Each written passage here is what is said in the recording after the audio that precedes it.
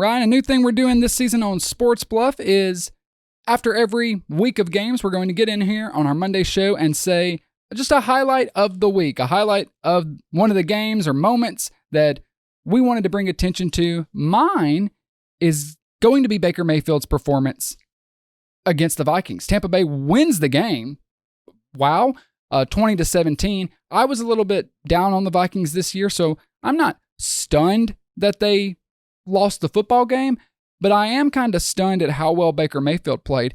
It's not like a stat sheet that jumps off the chart to you, 21 for 34, 173 yards, 2 touchdowns.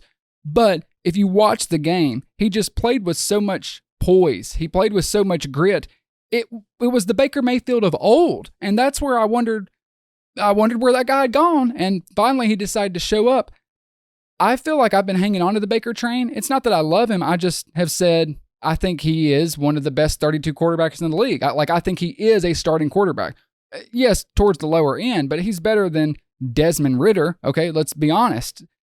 And he played really well, and it was just a tough, gutsy performance. I thought for a while there, after he left Cleveland, he lost that moxie. He lost his mojo, baby. Where's my mojo? I guess he talked to Dr. Evil. He got it back, okay? And that's what he's been missing. That egotistical, brass, sometimes annoying and cocky Baker Mayfield. People might not like it, but it made him who he was on the football field. It was his identity. He had a chip on his shoulder. And finally, he had it back. Maybe it's being with the team all offseason, them believing in him, them giving him the starting job. But he played good, and it was a tough game. He missed on his first 7 of 11 passes, but then he came back and finished 21 of 34.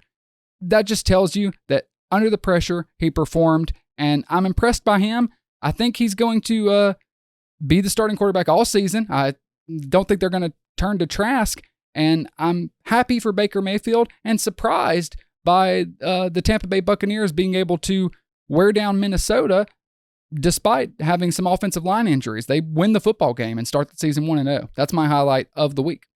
Couldn't agree with you more. Very impressed with Baker Mayfield. Let's roll on to my highlight of the week, and that's the game that just finished up before we started this podcast, and that's the Dallas Cowboys going to New York, playing the Giants, and delivering a shutout, a 40-0 shutout. Tristan, 40-0. 40-0. Lost. This is a college team. Dallas? What's the...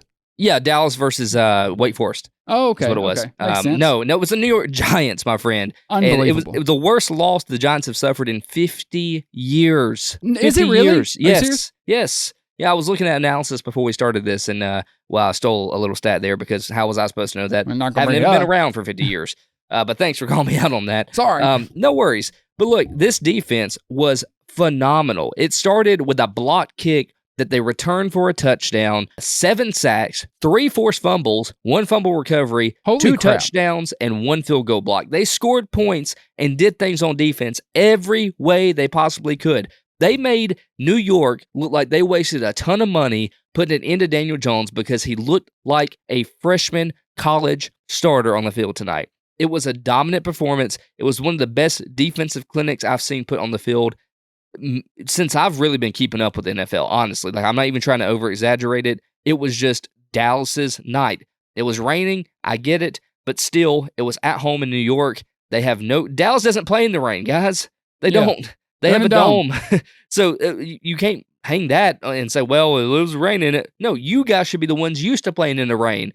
This defense was on fire, and I said before this season started that Dallas could put together one of the best defenses in the NFL. Tristan, I think they've done it.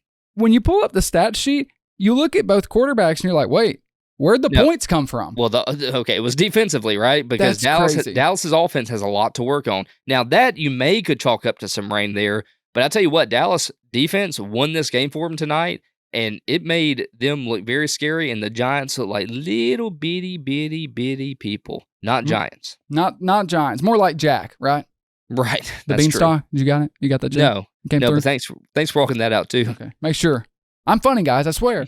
You know, people tell me I'm a funny guy. Incredible performance, 40-0. A shutout of that magnitude in the NFL is rare, and then that defensive performance, you reading off those stats, good luck. Hold on. Who do they have week 2? Let me just look. Dallas. Week 2, they're taking on, the Jets. Good luck. Right. Another New York team down.